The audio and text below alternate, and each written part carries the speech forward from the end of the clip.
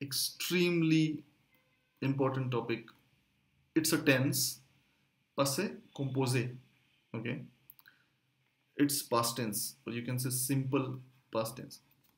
Good news about learning simple past is once you learn passé composé, it acts as a simple past. It also acts as a present perfect. This is amazing. I love this about French. So when we learn simple present, it also acts as a present continuous. Similarly, simple past, passé composé, it also acts as a present perfect. Okay. So now, how do you construct passé composé? So passé composé construction is you have your subject, and when I say subject, it could be actual subject or it could be subject pronoun. Then you have auxiliary verb, auxiliary, or we can say it's a helping verb. Okay, and this could be avoir or être. So you have your subject, then you have your auxiliary verb avoir, être. This will be in present tense. This will be in present tense conjugation, right? And then you have your past participle.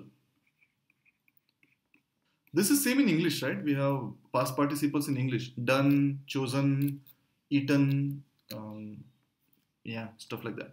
So this is how you construct passé composé. You have subject, you conjugate the auxiliary verb.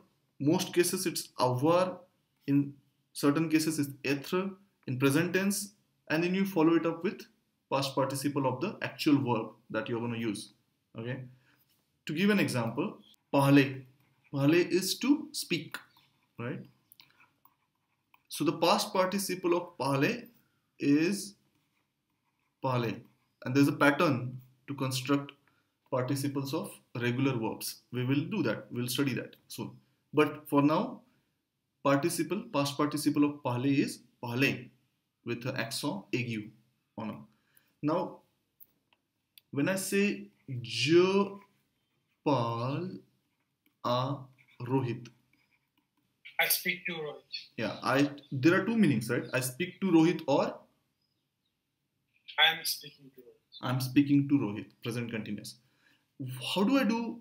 Now you know, right, how to construct passé composé, simple past. Subject, auxiliary verb plus past participle. Auxiliary verb, avoir, être, and you have to conjugate that in present tense. In this case, for parler, for most of the verbs, we use avoir as the auxiliary verb for passé composé. So I'm giving you that we use avoir for parler as an auxiliary verb. So what will be the simple past of this sentence? J'ai parlé. J, because we are avoir in present tense. Past participle parler, we just learned that. J'ai parlé à Rohit. Okay. Now when I say that, this is a simple past tense. I spoke to Rohit, but it could also be present perfect. I have spoken to Rohit. It could mean I have spoken to Rohit. Or simple past, I spoke to Rohit. So these are two meanings that are possible with this sentence. Now that we have seen to construct a sentence in past tense using passé composé, we need the auxiliary verb, in this case avoir, then a past participle of the actual verb, parler in this case. I spoke to Rohit. Okay, so we need a present tense conjugation of the auxiliary verb or helping verb, which is avoir, and then the past participle of the actual verb. Once we know that, the next big thing is how to construct these past participles. Because now, if you want to use passé composé as a simple past or present perfect tense, you will need to know the past participles of the verbs. So, there are some patterns in this. For example, for regular ER ending verbs, all you have to do is basically take out the last R. For example, we saw parler, right? Parler is to speak. So to create the past participle of this verb, all you got to do is remove the last R, right? And just add accent aigu on top of the last remaining a. Okay, so pahle is the infinitive and the participle becomes pahle. Okay, this rule, simple rule, is applied to all er ending regular verbs. Okay, for danser it will be danser, chanter it will be chanter, écouter will be écouter, manger, manger. Simple. For ir ending regular verbs, it's similar thing but little different. For example, we have infinitive choisir, right? So what you do, you remove the last r, you drop the last r, it becomes choisi. Grandir, grandi. Finir, fini. Dormir, dormi. Right? You just drop the r or last r from the infinitive to make the past participle. For regular re ending verbs, what you do, you take the infinitive and you drop the last r and o and replace that with a u, right? For example, perdre, right? Which is to lose something. How do you create past participle of this? You drop the r and e in the end, right, from the infinitive, and you add a u, so it becomes perdu. Okay, so this becomes the participle. You drop r and a or re in English and you add u. Perdre, perdu, participle. Entendre, entendu. Vendre, to sell, vendu. Descendre, to go down, descendu. Attendre, to wait, attendu. So these are the patterns. So regular re ending verbs, regular ir ending verbs, and regular er ending verbs. This is how you create participles, past participles from the infinitive. Now, not all of them follow the pattern, right? There are plenty of irregular verbs. Unfortunately, there are a lot of verbs who do not follow any pattern, and you will have to remember their participles. Okay, for example, we have être, avoir, then we have faire, then we have dire, tenir. So for all these verbs, the participles are, you just have to remember them. There's no logic to this. For example, for être, it is était, avoir is you, faire is fait, dire is di, right? Tenir is tenu. So there is no other way. You just have to remember them. You can make a list of these irregular verbs, and there are not many of them. For example, comprendre, family, is you can say compris. And then similarly, you can also find families in that. It's not like, you have to remember all of them separately. For example, this comprendre is compris, so prendre will be pris. Okay. Apprendre, similarly, the participle will be appris. So again, the verbs which are similar in conjugation, their past participles will also be formed in a similar manner. So even in this irregularity, there is a kind of, subfamilies or sub-patterns. So that way it will become easy for you to remember how to create past participles of these irregular verbs. For example, craindre. We have learned this AIN, DRE ending verbs or EIN, DRE ending verbs. They will be having their participles in a similar fashion. So this is craint, right? So étendre, which is similar to that, étend, right? So you just add INT at the end. So they will have similar way of forming participles. So as I said, even in this irregularity, there is some kind of regularity. You just have to spot those patterns, okay?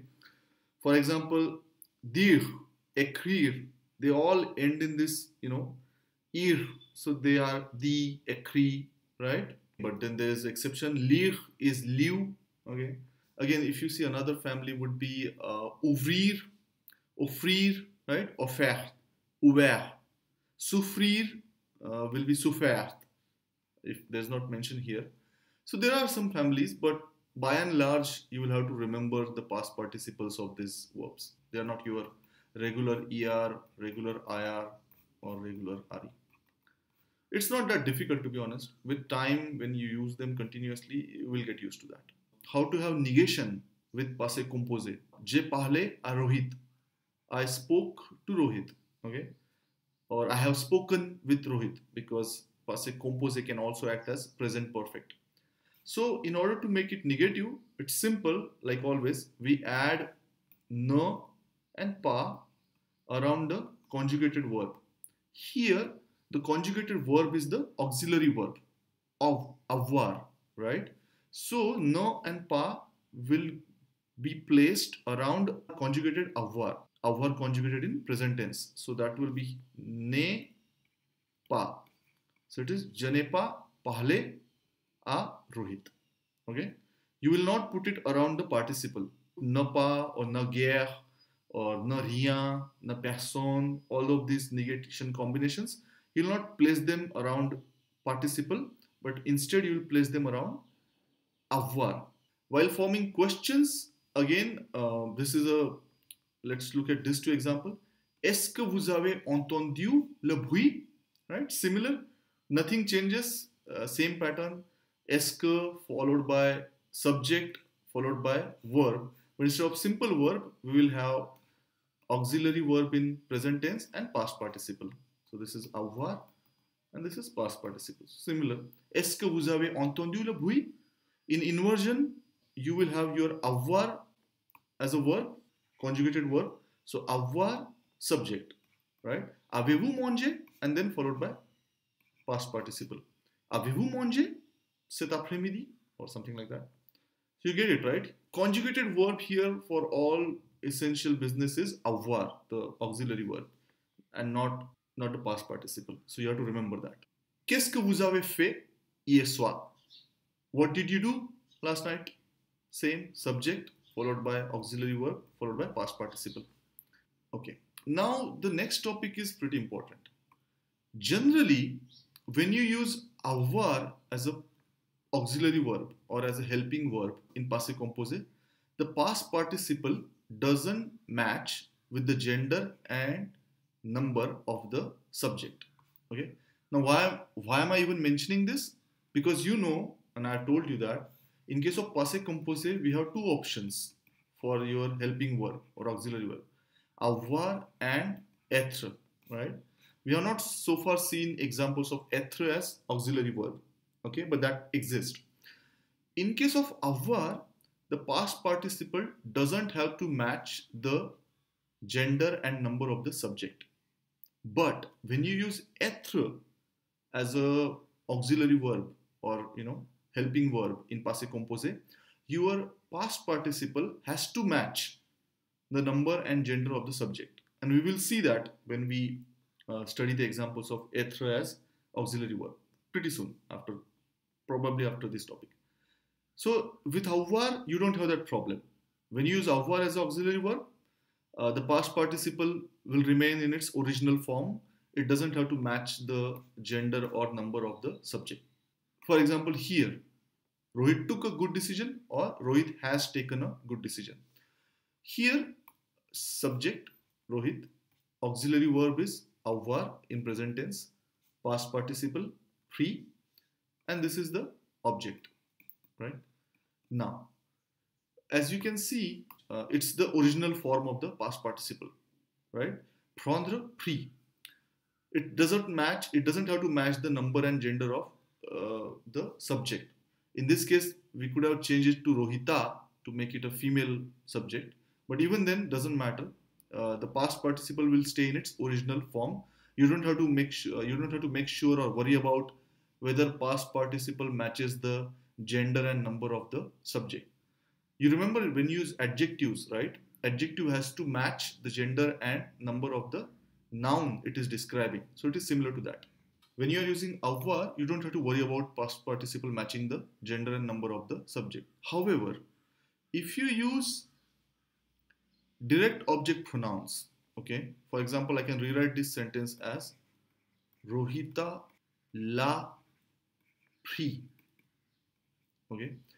Now what has happened? I have replaced my object with a direct object pronoun. This was feminine singular, so I replaced it with la. That la will come before the auxiliary verb, avoir, This is still passé composé, right? So it became la, and because la followed by a, it became L apostrophe a. Now you have this direct object pronoun before the auxiliary verb avoir. In this case, your past participle has to match the number and gender of the direct object pronoun. Not the subject, but direct object pronoun. So it will become, in fact, this will become prise, because this is la feminine singular. So the past participle has to now match the number and gender of the direct object pronoun la, which is feminine singular. So I will add an extra o at the end, making it Rohita la prise. If there was no direct object pronoun before the verb, right? Object was following the verb, right? Following the auxiliary verb. We did not match the past participle either with the object or subject. It remained in its original form. But when we used direct object pronoun and that came before the auxiliary verb avoir, the past participle now has to match the number and gender of the direct object pronoun. That's why this extra verb. Another example, Rupali a compris ses erreurs. Rupali understood her errors, her mistakes, right? Now I'll replace this object with direct object pronoun, which is les. It's plural. That will come before the avoir, auxiliary verb. Now your past participle has to match the number and gender of direct object pronoun les. Here les is actually feminine plural. You know, right? Une erreur, right? So it's a feminine noun, error. So les erreurs is feminine plural. So you will have to add extra o and extra s to your past participle. Generally, people think that when they use avoir, they don't have this problem of matching the past participle with subject. So people are happy. But then if you use this direct object pronoun before avoir, you will have to keep in mind that your past participle will match the gender and number with the direct object pronoun.